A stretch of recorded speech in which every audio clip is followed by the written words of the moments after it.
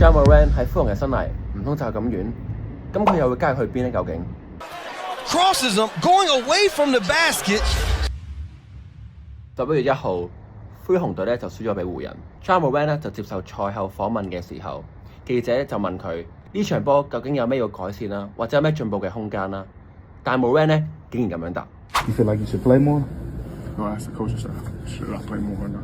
11月2號，灰熊隊受夠啦，宣布作出有損球隊傷害行為，將 Ja Morant禁賽一場。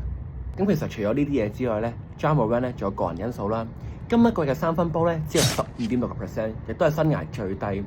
而且啊，兩次嘅場外風波持槍事件咧，亦都令到灰熊隊對佢嘅信任咧差唔多去到冰點㗎啦。雖然啦，Ja Morant咧喺最後嘅活塞戰都有出翻嚟啦，亦都力挽狂瀾攞到18分啦。咁但係3分亦都係完全失靈啊。咁所以好多人都話咧，Ja Morant究竟要去邊度咧？嗱，有最新嘅交易包裹就指出啦，熱火、湖人、公鹿都會想要佢。咁你又覺得 Ja Morant最後會花落誰家咧？留言話俾我聽。